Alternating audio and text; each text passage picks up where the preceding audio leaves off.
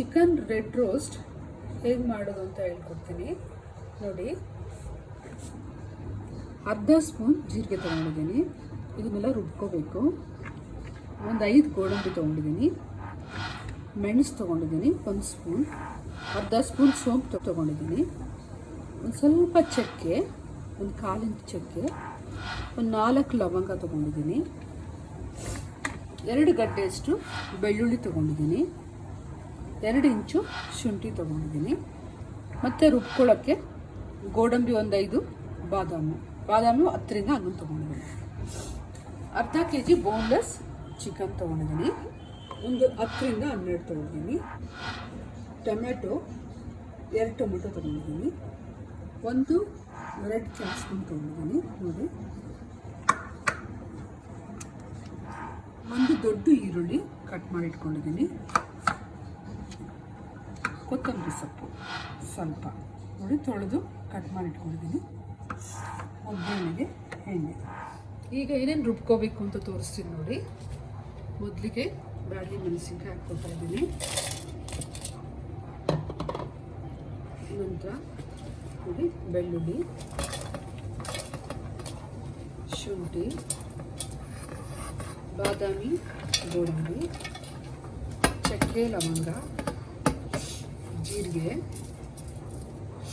ನೋಡಿ ಬ್ಯಾಡಗಿ ಮೆಣಸಿನ್ಕಾಯಿ ತೊಗೊಳೋದ್ರಿಂದ ನಿಮ್ಮ ದೇಹಕ್ಕೂ ತಂಪು ಮತ್ತು ಗ್ಯಾಸ್ಟ್ರಿಕ್ ಆಗಲ್ಲ. ಅದಕ್ಕೆ ನಾನು ಎಲ್ಲದಕ್ಕೂ ಜಾಸ್ತಿ ಬ್ಯಾಡಗಿ ಮೆಣಸಿನ್ಕಾಯಿ ಯೂಸ್ ಮಾಡ್ತೀನಿ. ಇದರಿಂದ ಗ್ಯಾಸ್ಟ್ರಿಕ್ ಪ್ರಾಬ್ಲಮ್ ಬರಲ್ಲ ಮತ್ತು ಹೆಲ್ತ್ಗೂ ಒಳ್ಳೆಯದು.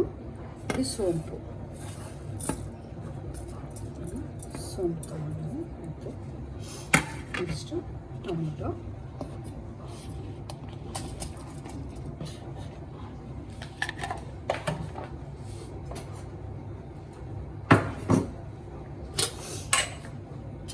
ಬ್ಯಾಡಗಿ ಮೆಣಸಿನ್ಕಾಯಿ ಬೇರೆ ಮಸಾಲೆ ಸಾಮಾನು ಎಲ್ಲ ಹಾಕಿರೋದ್ರಿಂದ ಈಗ ರೆಡ್ ಚಿಲ್ಲಿ ಪೌಡ್ರು ಕಡಿಮೆ ತೊಗೋಬೇಕು, ಒಂದು ಅರ್ಧ ಸ್ಪೂನಷ್ಟು ಸಾಕು, 1 ಸ್ಪೂನಷ್ಟು ಧನಿಯಾ ಪುಡಿ, ಅರಿಶಿನ ಹಾಕ್ಕೊಂಡಿದ್ದೀನಿ. ಈಗ ಇದಿಷ್ಟನ್ನು ರುಬ್ಕೊಳ್ಳೋಣ.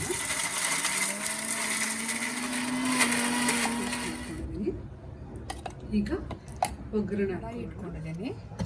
ಈಗ ಫಸ್ಟು 3ರಿಂದ 4 ಟೀ ಸ್ಪೂನಷ್ಟು ಎಣ್ಣೆ ಹಾಕ್ಕೊಂಡಿದ್ದೀನಿ,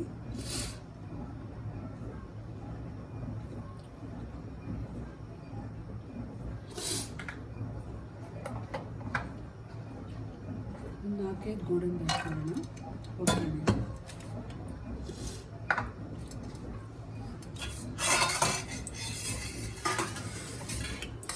ಗೋಡಂಬಿ ಈ ಥರ ರೋಸ್ಟ್ ಆಗಿದೆ, ಗೋಲ್ಡನ್ ಕಲರ್ ಆಗಿದೆ.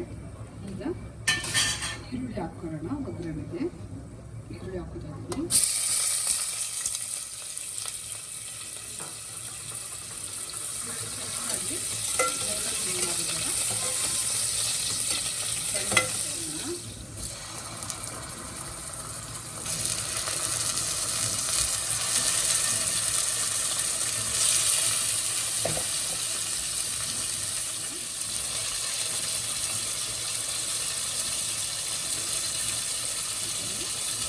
ಹಾಗೆ ರೆಡ್ ಕ್ಯಾಪ್ಸಿಕಮ್ ಹಾಕ್ಕೊತಾ ಇದ್ದೀನಿ ನೋಡಿ.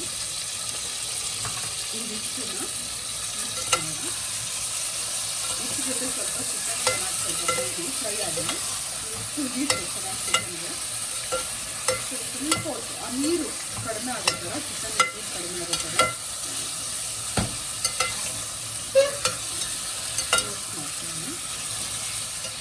ಚಿಕನ್ ಎಲ್ಲ ನೀರು ಬಿಟ್ಕೊಂಡು ನೀರು ಇದಾಗಿದೆ, ಡ್ರೈ ಆಗಿದೆ.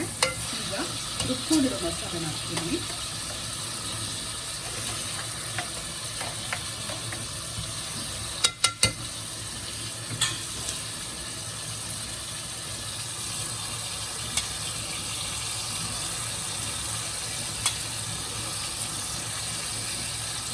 ಕಲರ್ಫುಲ್ ಆಗಿದೆ ಮಸಾಲೆ. ಈ ಗ್ರೇವಿಗೆ, ಚಪಾತಿಗೆ, ದೋಸೆಗೆ, ಅನ್ನಕ್ಕೆ ಎಲ್ಲ ಚೆನ್ನಾಗಿರುತ್ತೆ. ಮಸಾಲೆ ಎಲ್ಲ ಹಾಕ್ಕೊಂಡಿದ್ದೀನಿ. ಈಗ ಈ ಮಸಾಲೆ ಹಸಿ ಹಾಕ್ಕೊಳ್ಳೋ ಥರ ಫ್ರೈ ಮಾಡ್ಕೊಳ್ಳೋಣ.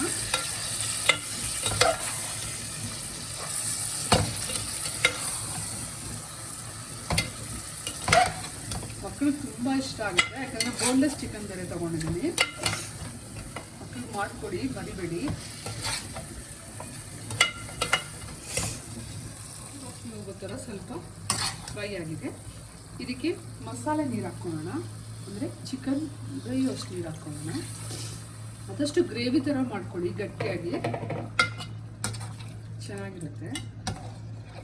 ಈಗ ಚಿಕನ್ ಬೇಗ ಬಿಡೋಣ. ಈಗ ನೋಡಿ ಚಿಕನ್ ಚೆನ್ನಾಗಿ ಬಂದಿದೆ,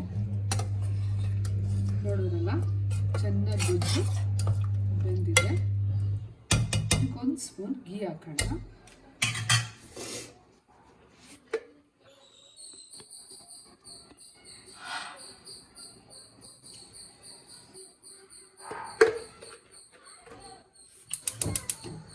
ಗೀ ಹಾಕೋಣ, ಸ್ವಲ್ಪ ಕಲಿಸ್ಕೊಳ್ಳೋಣ ಸಾಕು. ಗೀ ಕರ್ಗೋವರೆಗೂ ಕಲಿಸಿದ್ರೆ ಸಾಕು.